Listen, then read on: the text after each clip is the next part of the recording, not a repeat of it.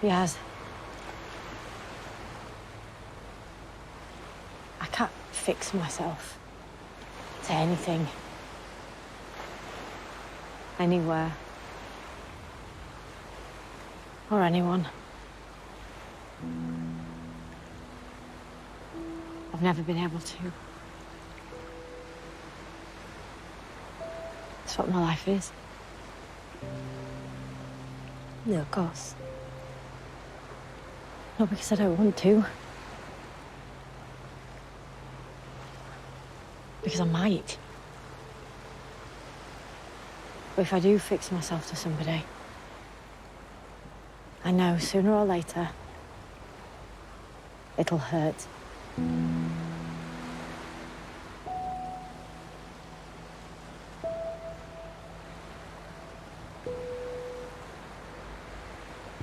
My nanny says,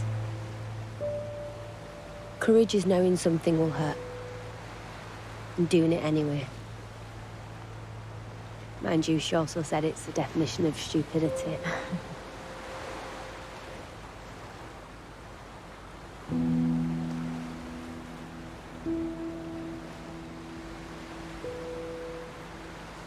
Can we just live in the present of what we have while we still have it? Sure.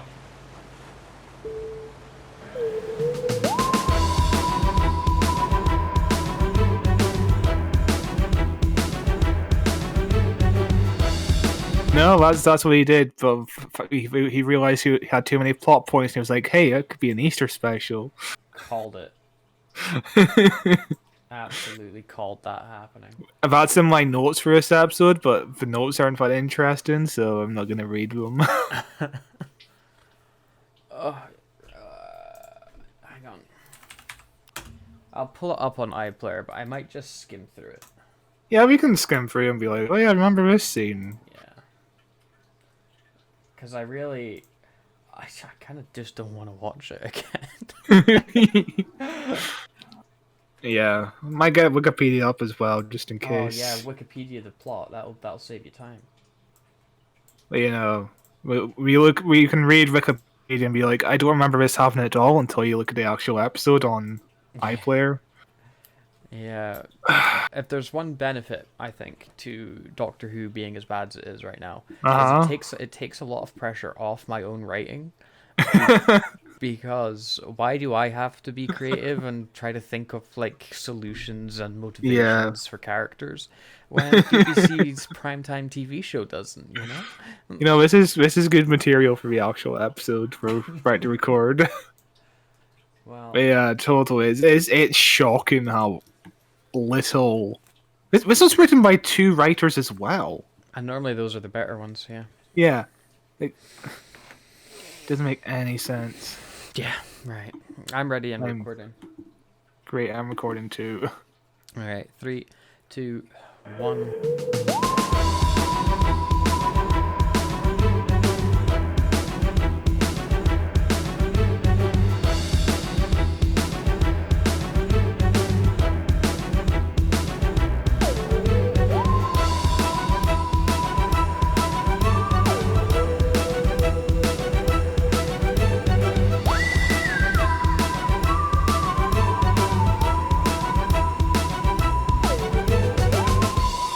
Hello and welcome to Who Watches Who, a Doctor Who podcast with me, a very different looking Matthew, and Scott. Same old looking Scott. Hello. Sorry, I just got an email on my phone, and it was more interesting than this Doctor Who episode we're about to talk about. We are talking about Legend of the Sea Devils, Jodie Whittaker's last episode before she regenerates, the Easter special, and the lowest rated episode of Doctor Who ever. Yeah, lowest overnight ratings, which is pretty shocking. I think Eaters of Light from Series 10 had 2.9. This had 2.2 and got beaten by a repeat of Antiques Roadshow, which is pretty shocking. Yeah, I'm glad that, it's going to be over soon. I do think it'll do better than, Eaters of Light once the iPlayer figures come in. But I watched it on iPlayer, which doesn't count as live viewing. I don't think you watched it live, so I think it does count as Yeah. live view, and I think it does count. I don't know I'm how. not entirely I sure. don't know how it works. I don't know how it works either. It's just all magic to me. Yeah, somebody just says a number, and I go, "That sounds about right." That's a believable number of people. But yeah, it was an interesting Easter, I think. Yeah. And it only had one other Easter special to contend with out of Modern Who, and not even that great of an episode. Like a solid 7 out of 10 episode was the other one. Yeah, it was. Yeah. Just looking at the top, Eaters of Light got 4.73 million overall in like the 30-day viewing. So that's what as number this episode has to beat. Average. Yeah, that's about average. I could see it happening. But then again, if people were like waiting till after Easter because they were spending Easter with their family, and everybody's like, "You don't need to watch it; it's a bad episode," and nothing happens. Literally nothing happens. That's the problem with it. At least the Planet of the Dead, which was the last Easter special, had that old lady on the bus being like, "He will knock 4 times," giving a hint for a final episode.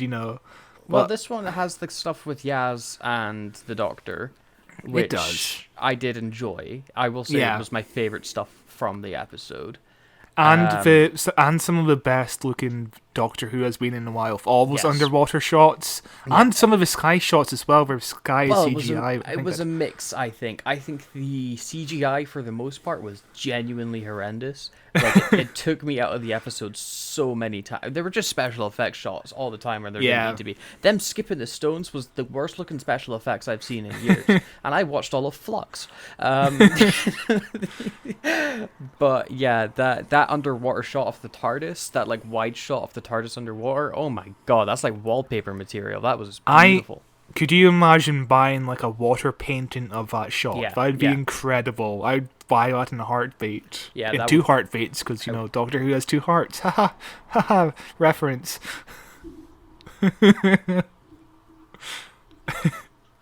Yeah, I'd buy it as well. It's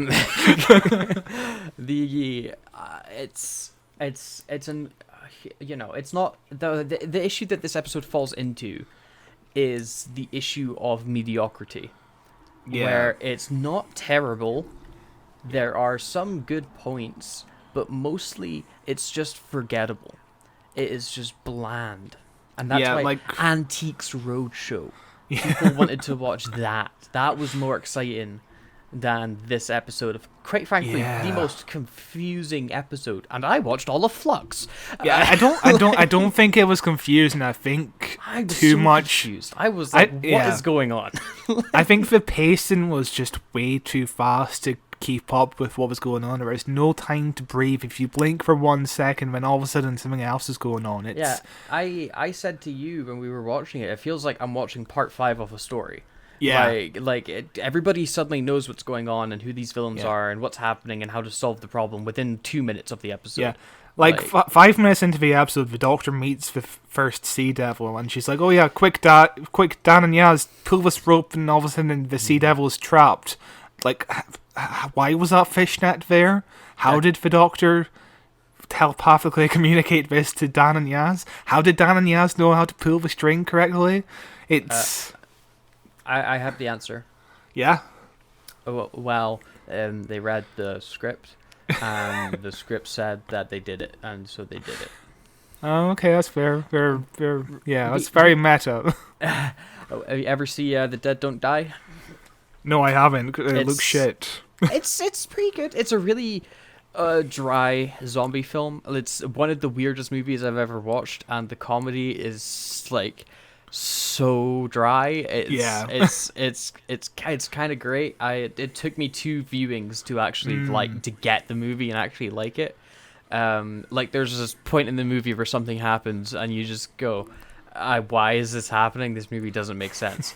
But it's a really good movie, I think. But they have that line, where they're Bill Murray and Adam Driver are sitting in their police car, and Bill Murray's like, "You keep saying things are going to end badly for us. Why did you say that?" And he's like, "I read it in the script." You read it in the script. Yeah, the director gave me the thing, and I read the script. And Bill Murray's like, he gives you full scripts? Like, yeah, he just gave me my part. So it's a good film. It's a good film. That kind of reminds me of a movie Rubber about the killer car tire. Have you ever heard of this film? No, I've never heard of it. Is it a sequel to Flubber? I wish. But basically, throughout the whole movie, there's an audience watching the events of the movie happen. And there's characters who want the movie to end, so he poisons everyone except one person didn't eat the poisoned turkey, so poisoned turkey. So the movie continues. Poisoned turkey. Shut up. At the end, the rubber tire dies and becomes reincarnated as a tricycle. That sounds great. I want that film on Blu-ray. It's very good. Yeah. Dead Don't Die is pretty fun, but. Anyway, big divergent. I will say, I think, we just covered whatever the pirate episode was, The Curse of the Black Spot. See, it should have just been called The Siren. That's a way better title. The Curse of the Black Spot. And we were thinking that it was a pretty mediocre episode of Doctor Who. And how wrong we were, because this is mediocre Doctor Who. Curse of the Black Spot looks like a 10 out of 10 episode. It's got characters, it's got heart, it's got a plot you can follow, and characters have motivations that make sense, and it's paced correctly. When we did Curse of the Black Spot, I ended it with thinking, oh yeah, this is like an average Chibnall episode, it's average at best, but this is an average Chibnall episode. Too many characters, too little time to develop anything. And this is 47 minutes as well, which is really short for an Easter special. Like, I'm convinced at some point we were about to film this and they were like, okay, the schedule's too tight. We need to cut out so much scenes. We need to cut out like 25 pages because it feels like so much of it was just cut out. It feels like it's really trimmed down. Maybe, what was this wedged between? This was wedged between The Lion King and something else. I have no idea what was after this. I didn't know what came out after this either. I turned off the TV. BBC One listings, 17th April 2022.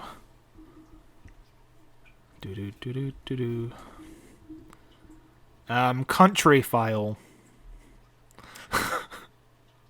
Okay, so Country File's a show that's been on forever. Yeah. I don't know why the episode was so short. I was thinking maybe it was short because they had wedged it between like two big profile movies or something like that, and that's why the runtime was just a bit skew-iff because BBC was running like an Easter time slot, and they were like, oh, we've only got these 40 minutes available for Doctor Who right now. It doesn't sound like it would ever happen. Like, Doctor Who is still the BBC's biggest show. We live in a crazy world. We live in a society, yeah. We do. If the Joker taught me anything, it's that we live in a society. I don't know. Maybe right. Maybe it's so short because Chibnall thought that it would be more exciting if the plot is because maybe I'm misremembering, but I vaguely remember Chibnall a few months ago having some press or something where he's like, this episode's non-stop. It's go, go, go, go, go right from the front gate. And so maybe his thinking is that's exciting and that will engage people instead of making them feel completely lost during the episode. That's a fair fault. I can imagine Chibnall thinking that. Because, it's just... This episode just doesn't give a chance to breathe. And the pirate character, the main pirate, Madam Ching. She's supposed to be like one of the most notorious pirates ever. And we're not giving much screen time of her. We're not giving much motivation. She needed a son that was in a barrel. Yes. That's what she needed. She was missing that. And well, to be fair, she was missing character. I did not care about her at all. Yeah. I thought the actress that played her was good. Yeah. She was. The whole cast was very good, I thought. I don't think there was a bad performance in this episode. I will say that. But to be fair, it's like the episode is too quick to really catch on to any of the performances. Because a scene starts and then 5 seconds later it's ended, and you're like, okay. I also think the comedy was the worst in this episode. Yeah. The way it was shot.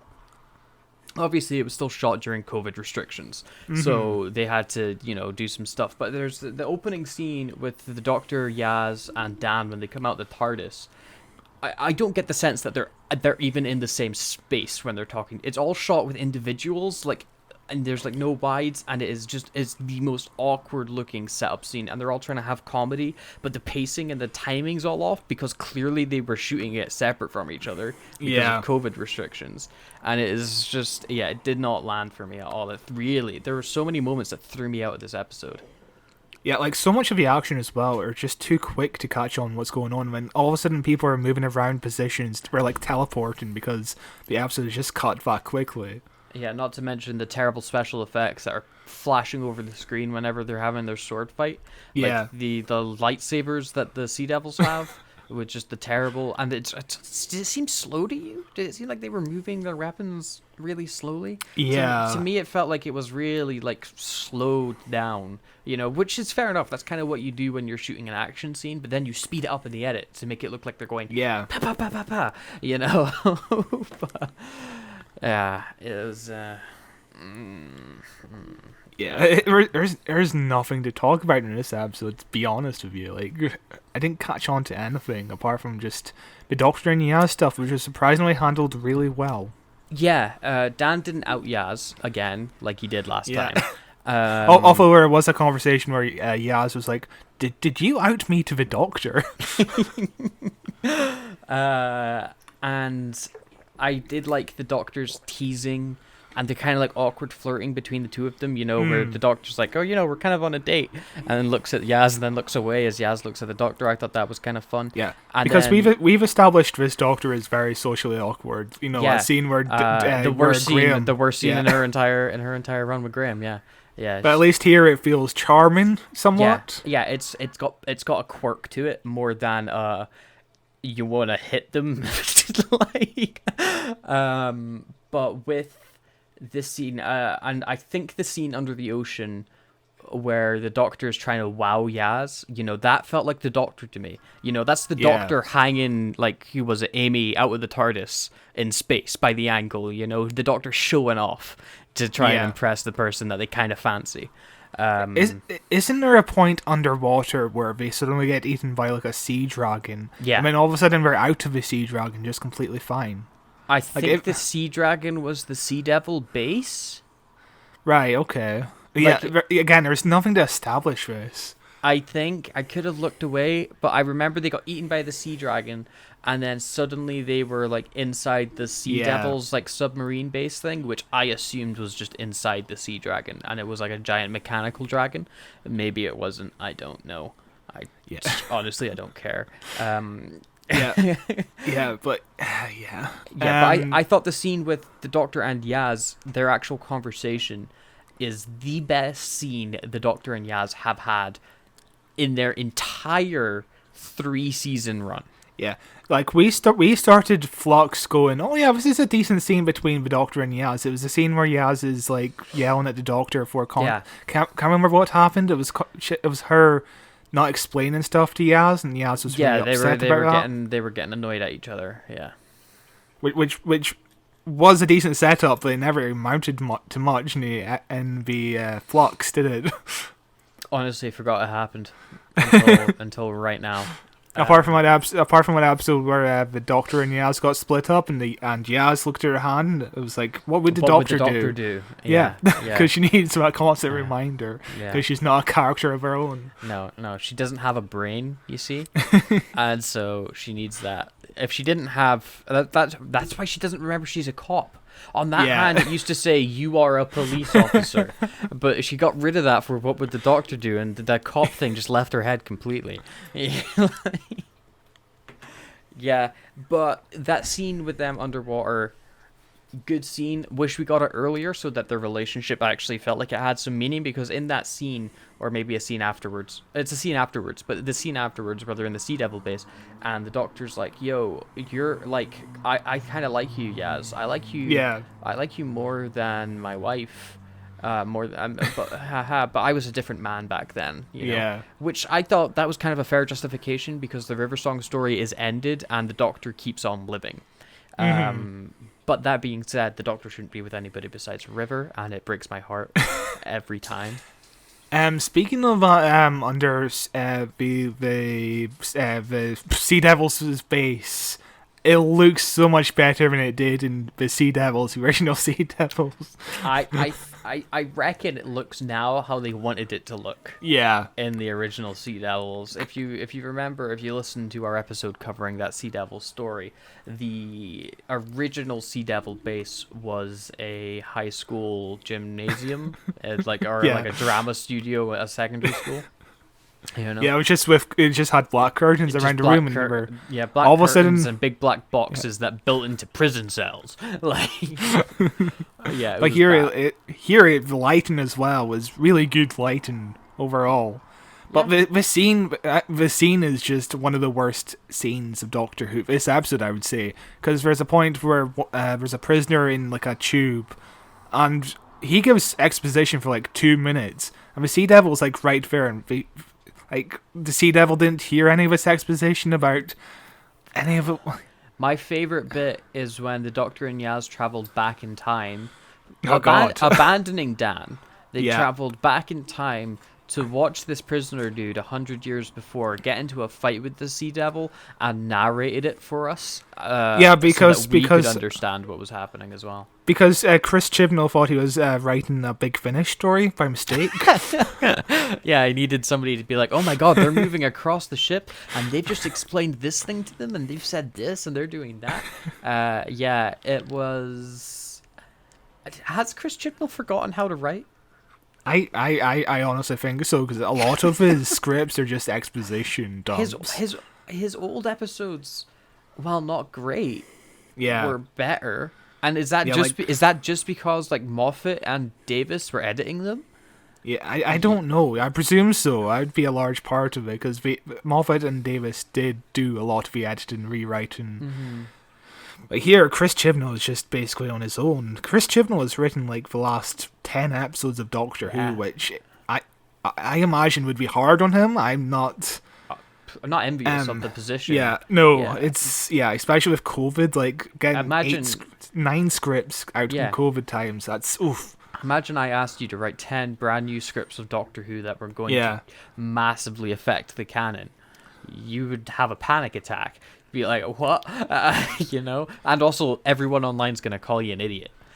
Yeah, I remember. I think I've spoke about this before, but I remember when his era was just about to begin, and he started talking about the whole idea of a writer's room, like in America, where a load of people sit in a room and spout ideas to each other, and somebody goes off and writes those ideas into a script. Yeah. But this era of Doctor Who didn't do that, so it feels like that's the way Doctor Who should be written, because even Russell T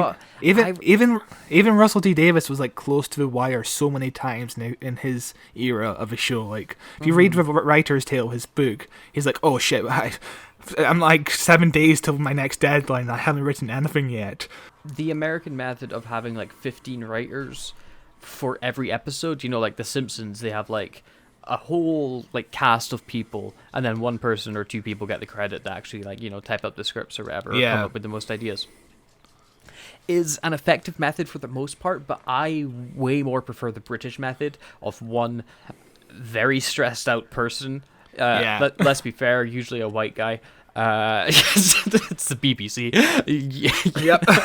Yep. One really stressed out person who gets full creative control. And it becomes their product. And because TV is writer-led, TV is not director-led, it's not, anything. The writer has full control when it comes to TV. And I think that the British way of doing it gets you a way better story when you have a competent writer. Maybe Chibnall just needs a writing partner. Maybe he should have been co-showrunners with somebody. Yeah, because it's a nightmare, I imagine, like... I feel like the whole idea of a head writer writing 6 out of like 12 episodes is kind of like outdated, because there's no way those 6 episodes are all going to be high quality, and it takes a tremendous toll on like their mental health and all that as well. I think it depends on the show, honestly. If you're doing a limited series, once you're getting one season, you just want to tell your story, go ahead. Yeah, if it's something like Broadchurch, which had like 6 episodes a season every 2 years, I think that could work out. Yeah, but or Sherlock, Doctor Who, which has 3 episodes every decade. Yeah. Doctor Who is a bit more of a beast But that Yeah. being said, I'm still very much, and maybe it's just because it's the way I write. I can write with other people, and I can come up with other ideas with people, and I can bounce ideas of other people, and it's fun. But the way I do most of my creative work is alone in my room with a cup of tea. Yeah, you that's know, fair. it's very internalized rather than externalized, and I think that actually that is probably the best way of describing the difference between British and American TV. Yeah. It's the same way with our culture, isn't it? American culture is very external, it's very loud and open and flashy, and British culture is very internal, very reserved, you know, and so we reflect that with how we write. You know, you don't go into a room of 15 people and say, here's a funny joke I've got. You down 3 shots of whiskey, write out 15 pages of a script by yourself in a dark room 2 days after the deadline. Yeah, either way, it's the whole reason why we couldn't find a new showrunner. That's why Russell T Davies had to come back, because it's like nobody wanted to pick up on it because they couldn't have a social life, they couldn't celebrate birthdays, weddings, whatever. All I'm saying is they didn't ask me. Yeah. Oh god, I imagine you would write actual stories, and I don't think Doctor Who are quite looking for that yet. That's true. I would try to have characters. Which is there anything else to talk about in this episode? The Sea Devils. The Sea Devils are very good. Like, yes, actually, let's talk about the design of the Sea Devils here, because there is a few things that I wanted to mention with them.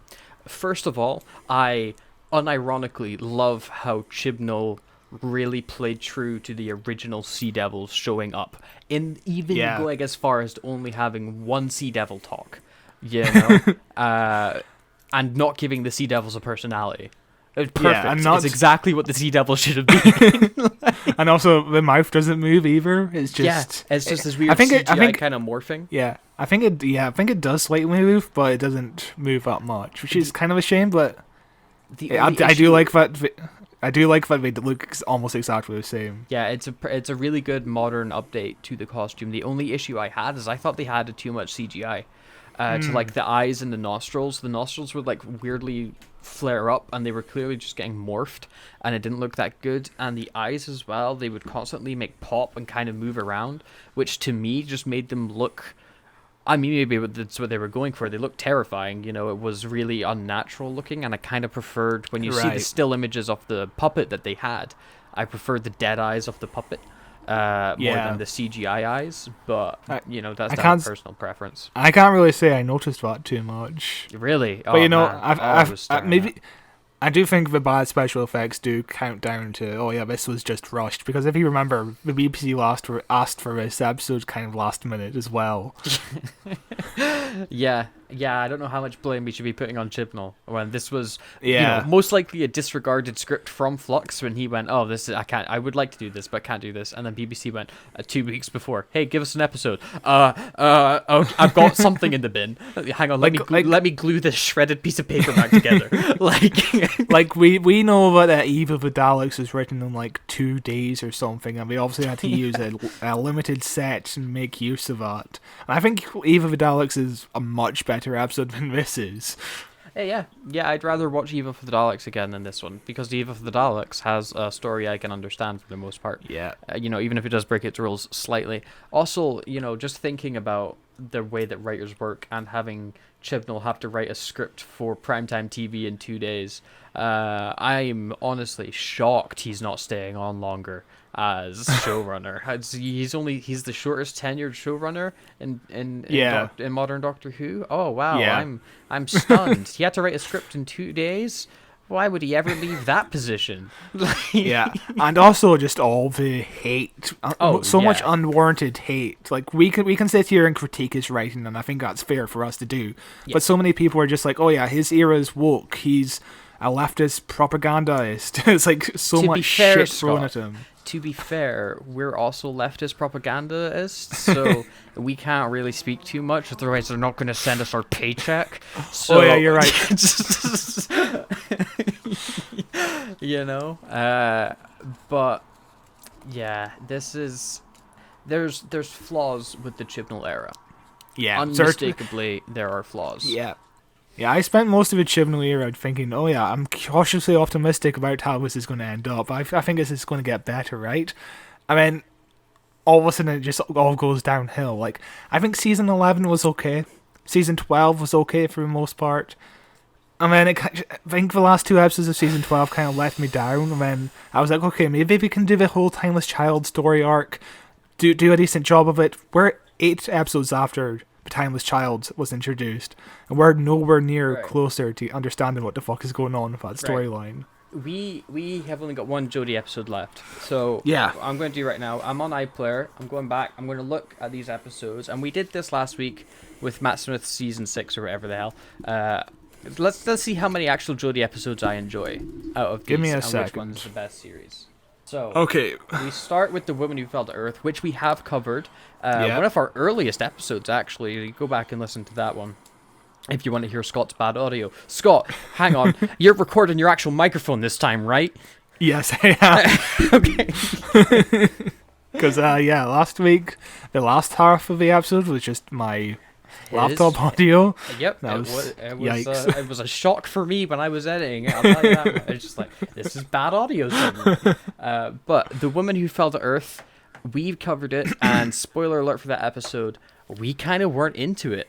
We wanted to be into it because we remembered enjoying it, but on reflection, it kind of had some early signs of what was to come. Yeah, it wasn't that bad. It's it was fine. It was fine. Yeah. I would say it's on the level of the 12th Doctor's first episode, which was just fine in my opinion. Yeah, which we've also covered. Yeah, on the podcast. Yeah. And then it's the Ghost Monument. I do not remember what this episode is. Yeah, I watched this quite recently, just before Series 13 came out. I thought it's better and I think it has a good premise. It's basically the amazing race. The Doctor is just running across the desert and all that. It has a decent premise. It's kind of like a cyberpunk kind of thing. Like a Terry Nation kind of... I might go back and rewatch Jodi's era. Just to refresh before this Centennial special. Yeah, but then about 30 minutes into the episode, it kind of goes downhill when the villains are revealed to be like talking scarves, and we're like, "Oh, you're the Timeless Child." I mean, it's like, oh yeah, this is going to end badly. Cool. Genuinely haven't got a memory of that episode. Then it's Rosa, and I remember this being the first episode that people were like, oh my god, maybe Jodi's series is going to be good. This was really cool. And I remember really enjoying Rosa for the most part. The only thing I didn't like was the time-traveling Nazis that never played into anything or ever came back again. Yeah, 100%. Rosa is a good episode. I think it would be so much better if the narrative was focused on, Ryan as a black man experiencing racism in 1955. Yeah. No, it was cool for him. Ryan barely had a problem. Yeah. And also there's that scene with Yaz and Ryan just talking about racism, which really worked, in my opinion. And having you've got Graham there, this elderly white dude whose son is whatever his name was you just said. Ryan? Oh my god, the names are so bland. Ryan. And you could have so much with that, with him coming to Ryan's defense, with him getting into trouble for it, there's a lot you could do. Which it kind of touches on, but it never goes too deep. It is episode 3 of the series, to be fair, but it was fun. I remember it being really good. It's one of those episodes where if you're a history student or you're just in like secondary school and you watch this episode, you'll understand the basics of Rosa Parks and be able to write an essay about her. Arachnids of the UK. That was... It's just awful. It's just horrendous. It's so bad. Yeah, it's the one with Trump Man and big spiders, and at the end the Doctor kills the big spider or something. I can't remember. Probably. This Doctor loves murder. Yeah, this was the episode that brought in the Trump parody because Chibnall is so good at social commentary. Then the Trump party has to be like, oh, I'm not Trump. I'm not like Trump. Yeah. And then Chibnall was like, this character's so good, I have to bring him back.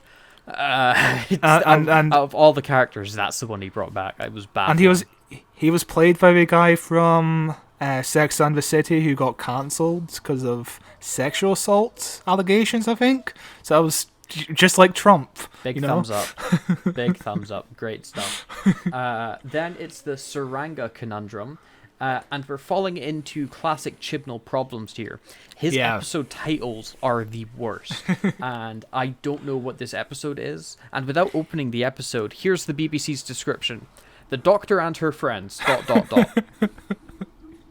Yeah. I think this episode is okay. It's kind of like Gremlins, that Gremlin episode of The Twilight Zone, or or in The Simpsons, that episode where Bart's on the bus and there's a gremlin tearing apart the bus. That's basically the premise of this episode. Oh, I think I do kind of remember this episode. It was kind of harmless. I need to go back and rewatch this season. I don't remember much. It was a solid fine. There's too many characters yet again, and none of them got too much development. Mm-hmm. And then we've got Demons of the Punjab, which, again, people call Jodi's best episode. I watched this recently, as I said. It is wonderful. I think it's one of her best for sure. I've seen it once, and I remember liking it. Yeah, it's worth a rewatch for sure. It's definitely her best. I think a lot of the historical episodes are actually quite good in the Jodi era. Yeah, which is interesting because usually they're like the worst episodes. And then we've got genuinely an episode I really enjoyed. Maybe controversially enjoyed it. Kerblam, the one in the warehouse. I remember this being just a dumb fun episode of Doctor Who that I enjoyed.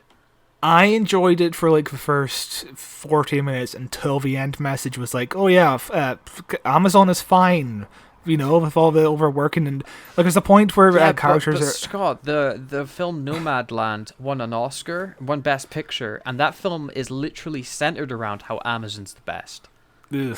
I've never seen that film. Oh, right. The main character, to earn money, goes to work in an Amazon warehouse, and then you get a big tour of an Amazon warehouse, and everyone's like, "It's great working at Amazon. You make so much money." Oh, wonderful! It's honestly shocking. Yeah, the whole message of Kerblam is basically there's a point where Amazon workers are basically compared to prisoners because they all have this ankle bracelets. I mean, at the end, it's like, oh yeah, Kerblam could do a bit better, but we're mostly a fine company. We're compared to prisoners. I don't remember that message. I just remember the episode being fun. Then we've got the Witchfinders, which the only thing I remember is it has that famous dude in it, and I hated this episode. Yes, Alan Cumming, who hams it up completely. I enjoyed it, kind of. I'm not really big on the episode, but he's great in it. He's from Spy Kids, Yeah, Spy Kids is a great film. Yeah, Alan Cumming in general is pretty fun. Then we've got It Takes You Away. Which, again, I have no idea. People call It Takes You Away as one of the dumbest episodes of Doctor Who, but it's basically about an episode where there's a house in like Norway, there's a blind girl, and there's kind of like a portal to another dimension where there's this like a force that can create new entities out of itself. Like it becomes Grace, Graham's dead wife, and it tries to trick. Is this the one with the frog? Graham. Yeah, it's the one where he turns. It's excellent. It's a pretty decent episode. What it's pretty wild good. Episode of Doctor Who. Yeah, it's one of those episodes that's very silly, but Doctor Who is a silly show in general. I enjoy the silliness, and the whole Graham grieving over Grace was actually a genuinely good plot point, I felt. And Bradley Walsh is gave an excellent performance in the episode, I feel. Yeah, Bradley Walsh, probably one of the better companions Jodi has had, and I think it's really funny listening to him nowadays. I think he's a host of some game show or something, and I remember he was talking about how he doesn't like Marvel films or things that have lots of special effects in them, and everybody was like, "You were on Doctor Who." Yeah, it's a very odd thing to say. Yeah. But after It Takes You Away, it was the Battle of Ranskur av Kolos, and who could have forgotten a title like that? One of the blandest series finals ever. Yeah. It was shit. Yeah, it was not great. I barely remember it, honestly. Never do I. Yeah, and then it was Resolution, which is still the one episode of Doctor Who I have never seen. I think it was the best Jodie Whittaker Dalek episode. It was a very interesting take on the Daleks. I wouldn't say it's the best take on the Daleks. There's a point where the episode becomes Coronation Street between Ryan and his dad. But it's an enjoyable New Year's Day episode, you know? It's like a big blockbuster. Well, I was in hospital and that seemed more enjoyable. So, right, let's see, in Series 11, how many episodes did I actually like? 1, 2, 3, 4, 5. Yeah. 5 out of the 10, 50-50. I'm trying to figure out which ones I actually like, which ones I can actually count, because episodes like Kerblam, I enjoyed it for most of it, apart from the ending, and I can't tell if I should count that or not. Well, here's the secret, Scott. Uh-huh. There's not actually any rules. You get to decide. 1, 2, 3, 4, 5, 6. 6, I would say. Okay. 6 out of 11. 6 out of 11. 5 out of 10 for me because I've never seen Resolution. So we're basically the same. I mean, it's a mediocre. It is literally middle of the road season Doctor Who. Yeah, certainly. Which was like, this is fine. Like, Series 1 with Christopher Eccleston wasn't that great, but aside from, like, it got really good at the halfway point. Yeah, the issue, although Series 1 with David Tennant, which is Series 2 of the show, is stellar. The issue that I have had consistently with Jodie's episodes is she hasn't had her moment. You know? Yeah, I would say the same thing. I would say there's some glimmers of a moment. There's glimmers. Like Yeah, there's been a spark where you're like, oh, it's there, it's coming, and then it goes away. And it was never more obvious than with the Graham scene where he's like, I'm scared I got cancer, and we're like, oh, here comes the doctor speech. She's about to come, and big speech about hope and never giving up, and I'm too awkward for this, Graham, bye. But, right, we got Series 12, and it starts with a two-parter, Spyfall, Part 1 and Part 2. I remember loving Part 1, being super excited by the twist of the master reveal, and then Part 2 just absolutely crapping itself. Yeah, I remember just texting you after that cliffhanger, being like, holy shit, this cliffhanger is amazing. You were like 2 minutes behind, and you had to catch up. I would say these two episodes are very, very different episodes. You know, Spyfall Part 1 is just a genuinely decent spy action episode. Spyfall Part 2 kind of goes in a different direction, where it's the Doctor in the past, collecting different historical woman figures and doing stuff, and it's not that great. Yeah. But Spyfall Part 1 is pretty damn good. Isn't Spyfall Part 2 the one that ends with the Doctor using racism? Yep. Yeah, the Doctor wins by using racism against the Master. It's great. You know, classic. It was a sign of things to come for her. You know, honestly, genocide loving. Yeah. That's another thing about Legend of the Sea Devils. You know, there's a scene where the Doctor's like, "Oh yeah, you shouldn't, kill this Sea Devil." Yeah, 2 scenes later, Dan kills 5 of them. She gives Dan a sword and says, "This is only for emergencies and self-defense." And then Dan's like, "Got it," and immediately murders 5 Sea Devils in one go. And like the whole point of the Sea Devils and the Silurians is, genocide is bad. I mean, this episode's sorry, like, oh yeah, I can't hear you over my sword. Yeah. Then we have Orphan 55. Which, if I remember correctly, is regarded as one of her worst episodes? Yes, certainly. I thought it was just average, It's one of those average Doctor Who episodes.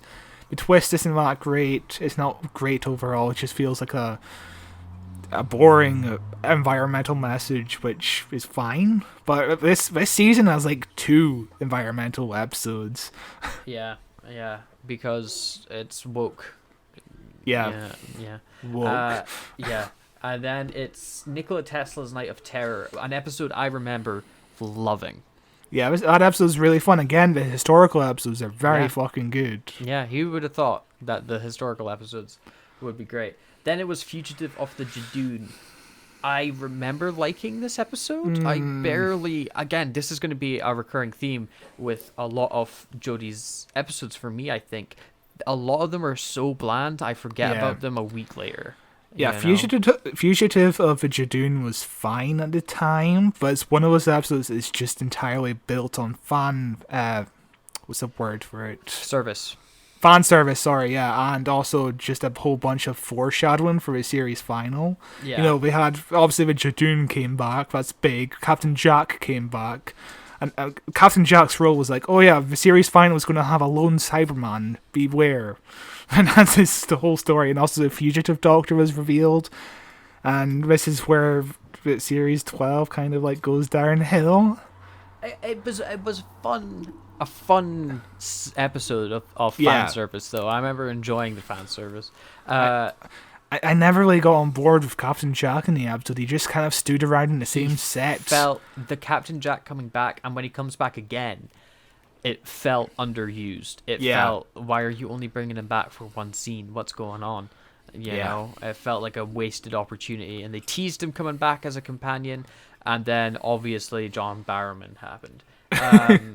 And then episode 6 is Paraxis, which, if you want to, I think that 3-hour-long Doctor Who critique, The Death of Doctor Who, I think has a sketch in it that summarizes Jodie's Doctor, where it's oh look, I'm over here in Madagascar. Now look, I'm in Hong Kong. What an amazing globe-trotting adventure this is. And Paraxis is the epitome of that. It is hopping around all over the place for no reason. Everyone's in different areas, and it's just like, okay, calm down. There's not enough time to develop any of these side characters or locations, and also it's just this whole anti-plastic message, which is again environmental, and it's like, didn't we just do this 3 episodes ago? And then it's Can You Hear Me? I don't remember this episode. This is the one where Graham's like, oh yeah, I have cancer. And never mind, it's the worst episode ever. It is dreadful. I remember actually it being a really good episode until that moment. You know, it's half good. There's a creepy man whose fingers comes off and it sticks into people's ear. I remember that being weird. I think it gives him nightmares and just depression. It's a depression villain. Overall, and it gave Yaz her best part. You know, the part where she's about to commit suicide and the police officer helps her through that, and that's why she became a police officer. And then she's like, oh yeah, I forgot I was a police officer. yeah, that's true. And she also forgot that she had all those mental health issues because Chibnall forgot about them as well. So it's a half and half episode. And then it's The Haunting of Villa Diodati, which was a great episode, wasn't it? 100%. It's a Mary Shelley Frankenstein Cyberman episode, and we're about to do that soon. That is why I think a couple of weeks ago I was confused that this was the episode in which Graham said, you know, I'm so depressed, doctor, I think I'm going to die from cancer. It's because, one, they were back to back, and also they have the exact same color palette. These two thumbnails are they kind of look the same. Look like they're in the same episode. You know, blue and gold. And then it's Ascension of the Cyberman, which I really enjoyed as a part 1 of a finale. I really enjoyed part 1. You know, it was a really solid, intriguing part 1. We're covering it soon, I think in like October or September or something. Yeah. And then The Timeless Children, otherwise known as let's just rip up the canon and make something that makes no sense. And let's not have the Doctor really do anything about her past, and we're still in a situation. We're killing the Time Lords again. Yeah. That was the one that annoyed me the most. I guess we're coming back in the next episode. I don't know. Was the Time Lords being murdered off annoyed me so hard, because Matt Smith's entire arc was getting the Time Lords back. Yeah, that was Peter Capaldi, actually, yeah. Well, no, because Matt Smith regenerates, and he uses his regeneration to get the Time Lords back from the Pocket Universe. Oh, okay. And then Peter Capaldi spent his entire thousands of years trying to find Gallifrey. you know? And then, so that's 2 doctors that have dedicated so much of their life to finding their home. And then Chibnall was like, they're Cybermen, lol, and the doctor doesn't care. Like, But, the Timeless Child at least wrapped up the story arc for Ryan, where he tried to play basketball. Then at the end of this episode, he could play basketball because he uses his Cyberman head and shoots it through a basket. That was amazing. 10 out of 10. 10 out of 10. Best character ever. Yeah. Yeah, but the whole episode is shit. It's just basically watching the Master give exposition to the Doctor about her past, and she's standing there saying nothing. Yeah. And then she goes, hey, old guy in the corner, do you want to kill yourself? And he goes, yeah. And then she goes, sick, bye. Yeah. Bad episode. And then it's Revolution of the Daleks, which was the first New Year special I actually saw. Yeah. And it's meh. Yeah, I'm not too keen on it. It brings back Trump Man, and Captain Jack is he does nothing, and none of the companions They kill do off nothing. the Prime Minister randomly, and nobody cares. Yeah, I mean, all of a sudden, like they unveil the Daleks to everyone on Earth, and that doesn't really come back. We don't know what the Earth thinks about the Cybermen or aliens or anything. It's really confusing. This is such a strange era of Doctor Who. Yeah. Season 12, how many episodes? Let's see. 1, 2, 2, 3, 3, kind of, 4, 4, 5. 5? 5 again. 5 again. Yeah, my 5 are Spyfall Part 1, Yep. Nikola Tesla, Yep. Can You Hear Me was decent, The Haunting of Villa, Ascension of a Cyberman was okay. Yeah, that's my 5. My 5 was my 5 is the exact same, except for instead of Can You Hear Me, because I don't remember that episode, I chose Fugitive of the Dune. Okay. Because I remember that being like a fun, and I remember the reveal of Fugitive Doctor being really exciting.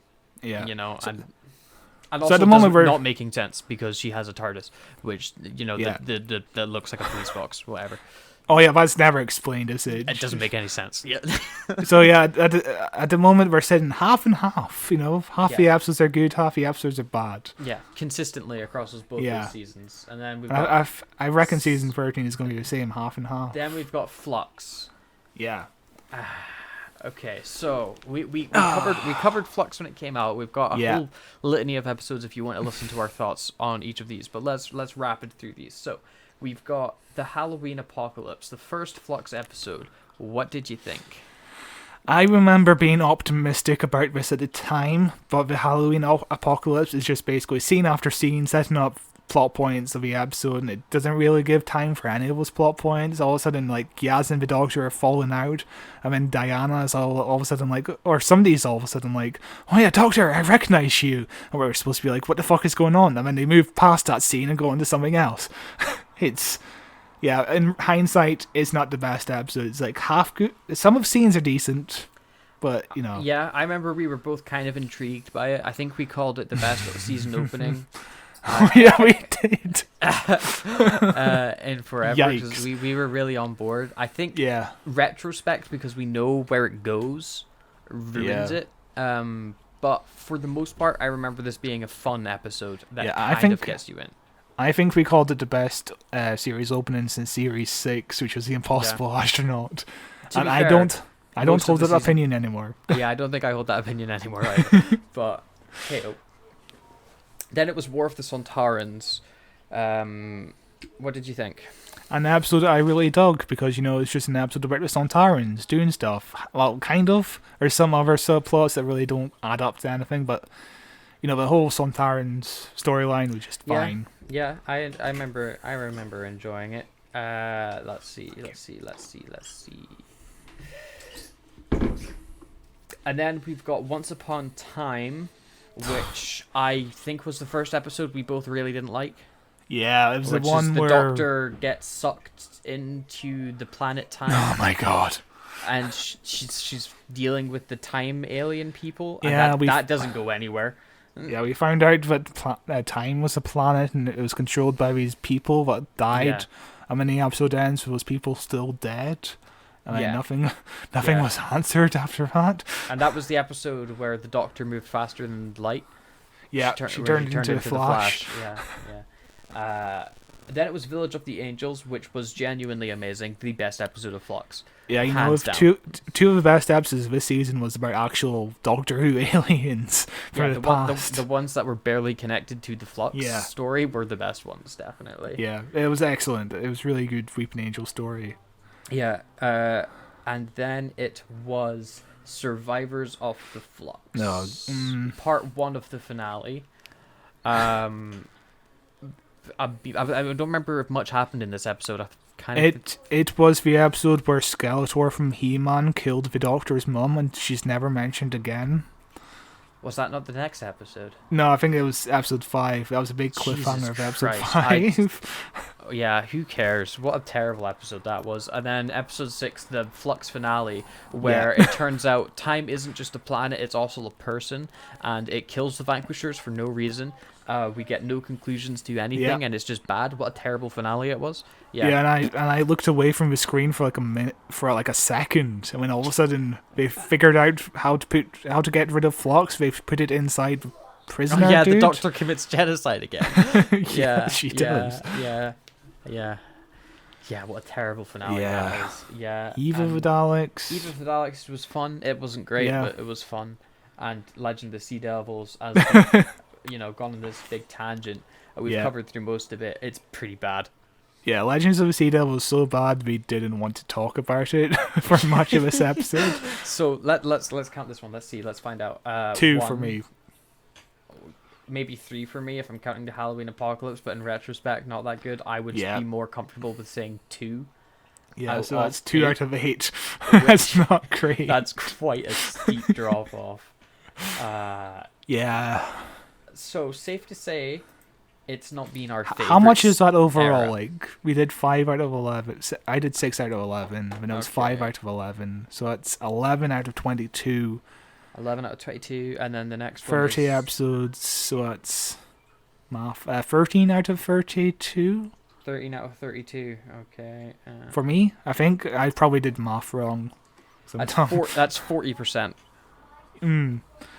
40% of all the episodes, and mine will be like 40 or 45% or something. But similar, we're pretty much agreed on all the episodes we liked and didn't like. So say 40%.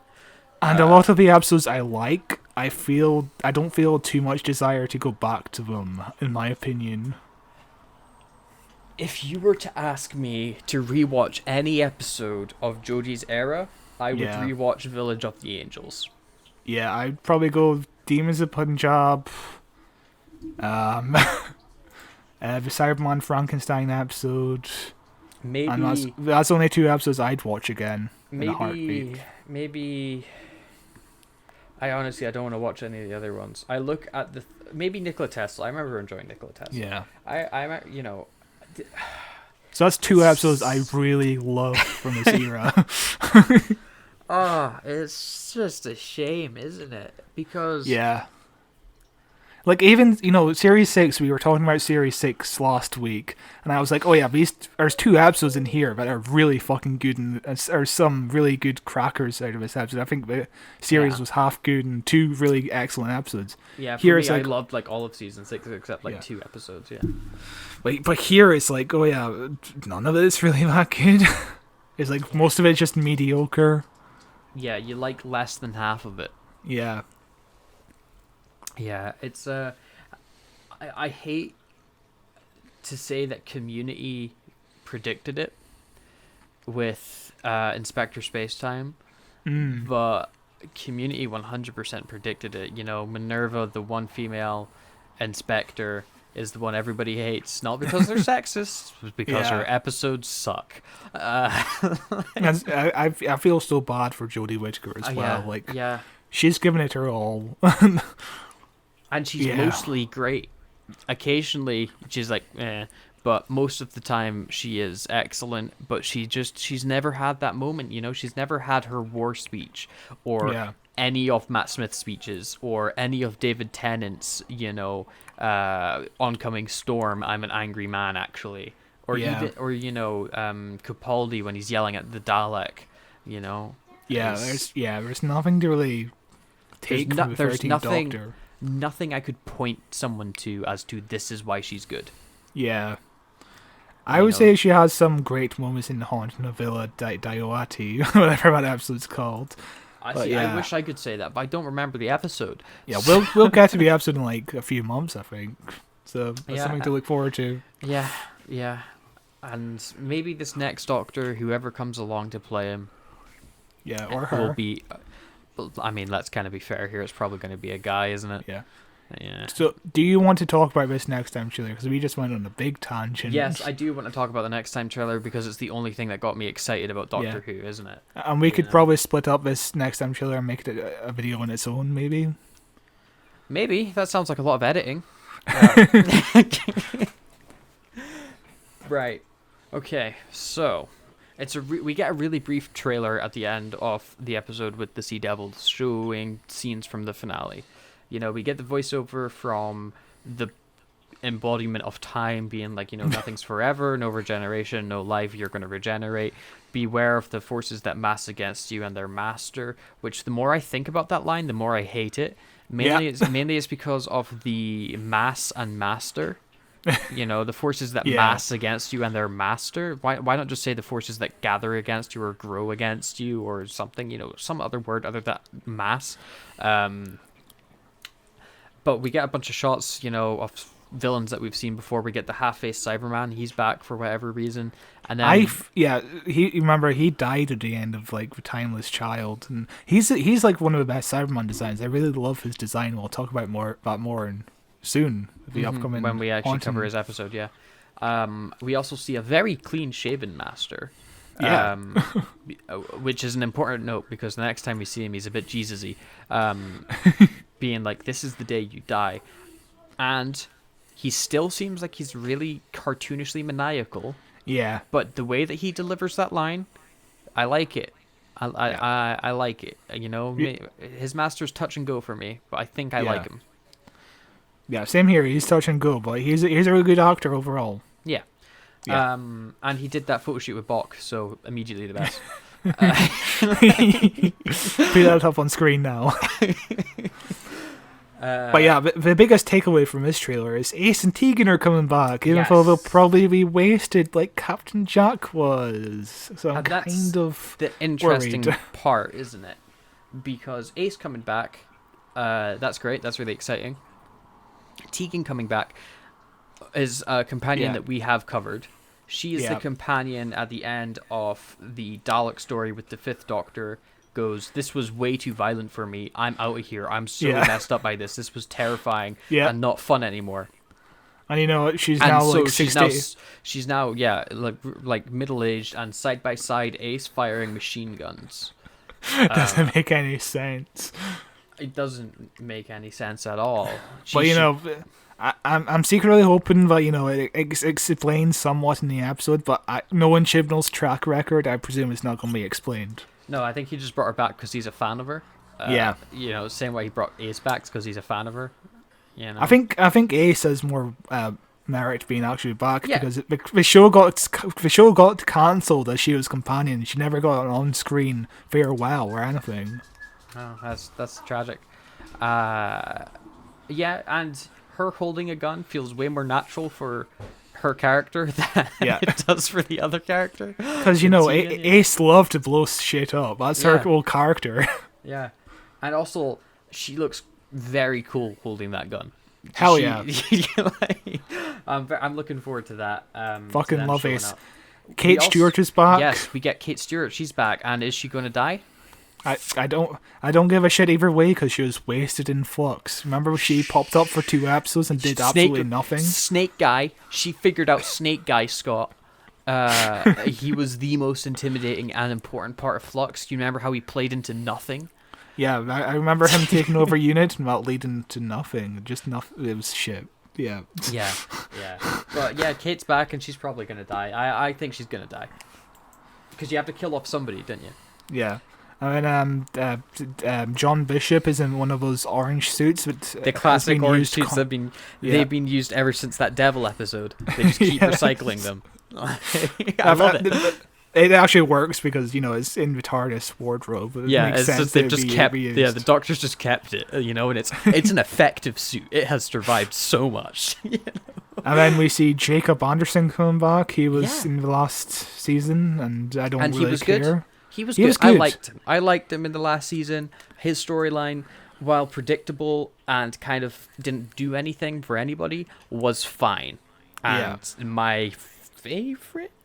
Yeah, he's a really good, charismatic actor, and He's I a great enjoyed. actor. I enjoyed seeing him on screen. I don't think his story arc concluded anything, but whatever. Maybe we'll do some concluding of the story arcs here, but I'm not holding probably my not. breath. Yeah, I'd like to see him as a companion. I'd happily have him on as a companion. Yeah. Because he's one of those actors that, obviously he was in Game of Thrones and stuff like that, but he's got this innate charisma to him where I want to watch him in stuff, but he's never in anything that I see anyway, and whenever he does show up, I'm like, oh, nice, is this dude? I like watching him. Yeah. Not in the trailer, Phil. I think we know about, oh God, what's his Bradley Walsh is coming back as Graham. I don't know what kind of role he's going to have, whether it's big or small. But he's been seen on set and all that, so he's going to be in it. And they're kind of keeping that secret, even though everyone knows he's coming back. Well, at least they're not spoiling everything. I like that. We see Yaz holding a gun inside the TARDIS, it looks like. Yep. Also, the Daleks are back. I don't know if we mentioned that, but the Daleks are back. When are we not back? Yeah, exactly. I got to hold on to those rights somehow. I think we saw the Daleks like 4 times throughout Flux. Yeah, and they got like genocided again. So yep. And the Daleks are ungenocidable. They got genocided twice. Probably. Yeah, and that's just with Remember, Jodi's doctor. Yeah, Eve of the Daleks ended with the Daleks being blown up again. David Tennant genocided them as well. Yeah. When they stole Earth and he blew up all their ships. Yeah. Actually, Rose genocided them as well when she looked inside the eye of the TARDIS and she melted everybody, turned them all to dust.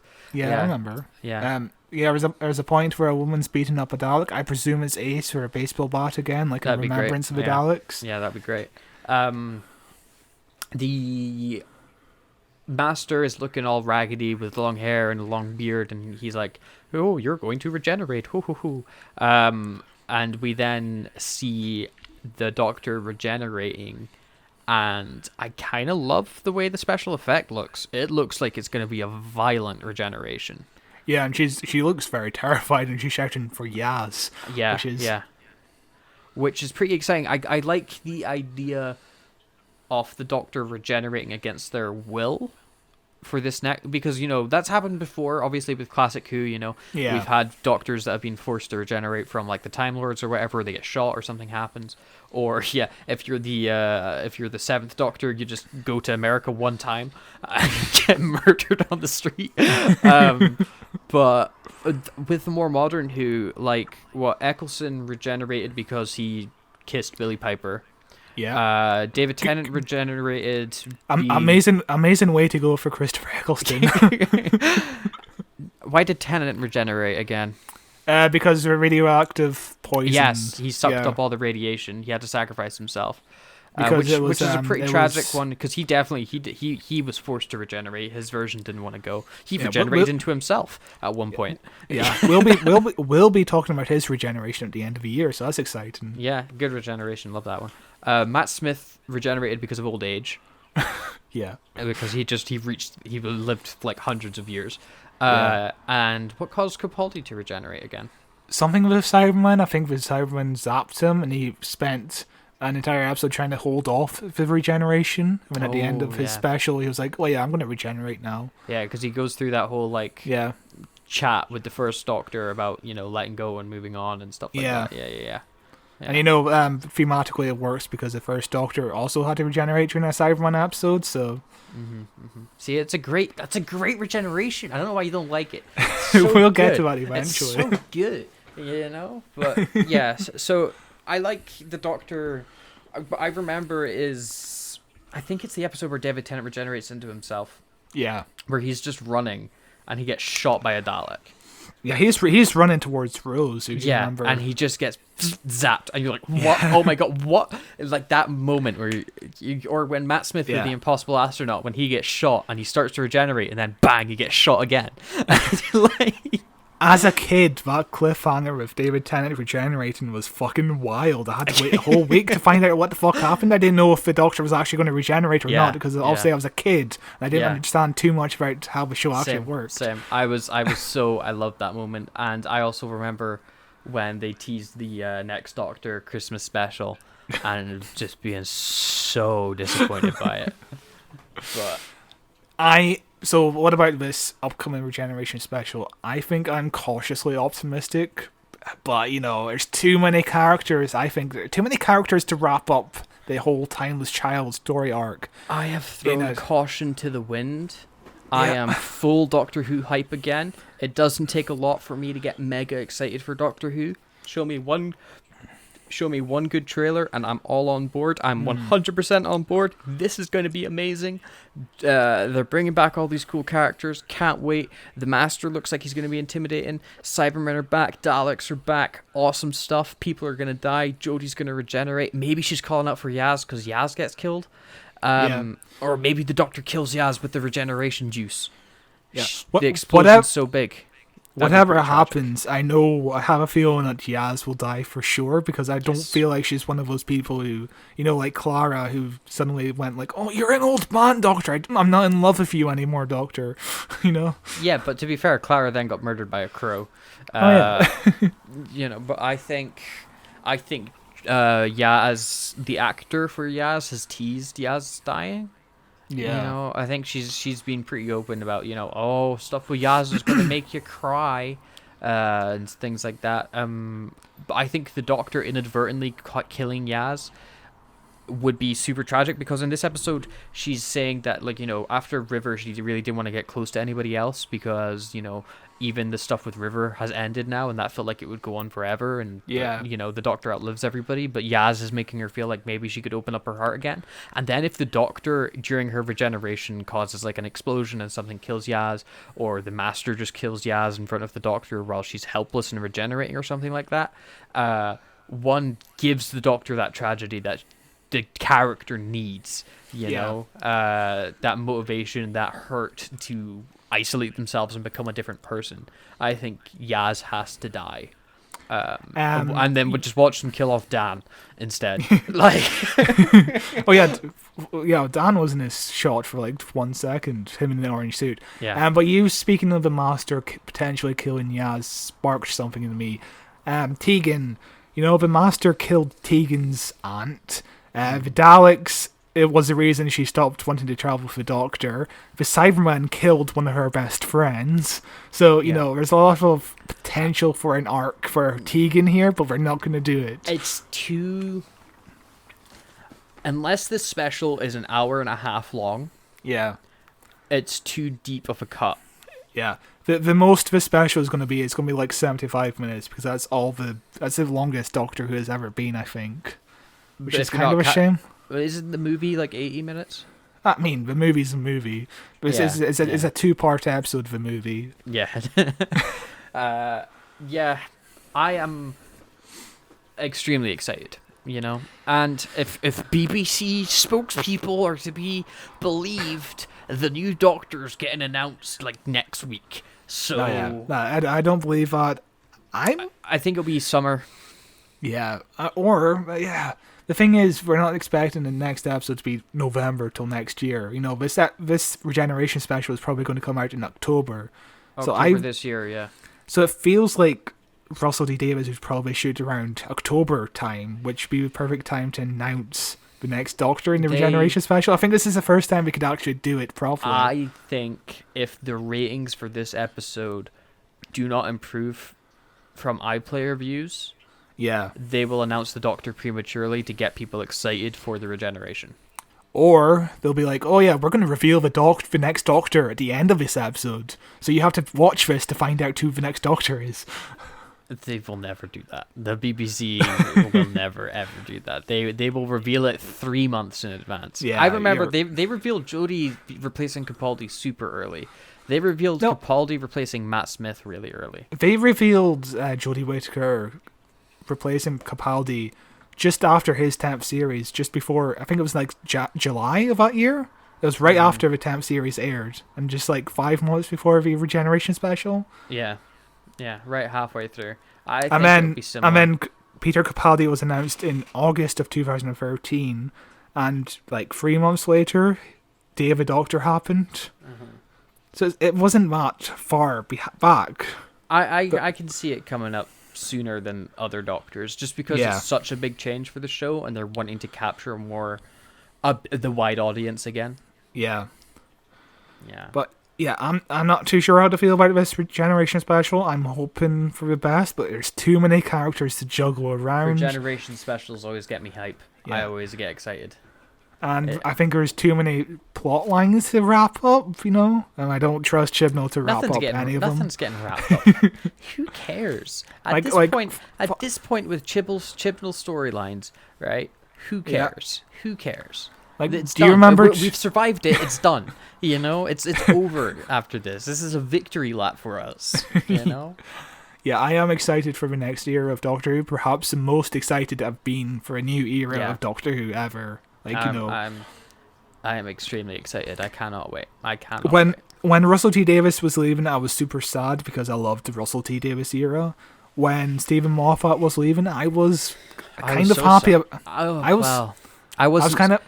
was kind of happy about Moffat leaving because his era was hit and miss for me. See, I loved Moffat. I loved Moffat probably more than I loved Davis. I adored Moffat's era so much. But I think I was happy when he announced he was leaving. Yeah. Because I thought he stayed one whole Doctor too long. He did 6 seasons, which is just so long. He was shorter for so long. Yeah. It's when he says he's never coming back to showrun, I'm like, fair. And Stephen Moffat also did Sherlock at the exact same time. Like, what the fuck? Yeah. Guy loves to write mysteries. But yeah, we'll see what the Generation Special brings. It should be out in like October, 4 months time. So fingers crossed. Yeah, I can't believe October's only 4 months away. That's mental. This year's going too quick. Dude, I can't believe fucking Jodi Whittaker is leaving already. It feels like just yesterday she was announced. Yeah. It's terrifying thinking Capaldi was announced in 2013. That's I know. genuinely disgusting. That's 9 years ago. But right, what have we got coming up next week, Scott? Next week we've got the news, and we'll probably be talking more about ratings, and maybe there's some more information that comes out about the new year, the Generation Special, and yeah, there's a lot of news to cover this month. The week after that, we're actually appropriately covering an Ace story from the 7th Doctor era, which we didn't know if Ace was going to return, and we planned this way ahead. So we predicted the future. Well, I did, because I schedule these damn things. But I just say, okay, yeah, sure, whatever, we'll do that. But yeah, we're kind of back at the sea with Curse of Fenric, so it's going to be fun. I mean, after that, 2 weeks, we're doing Peter Cushing movie, so it's going to be...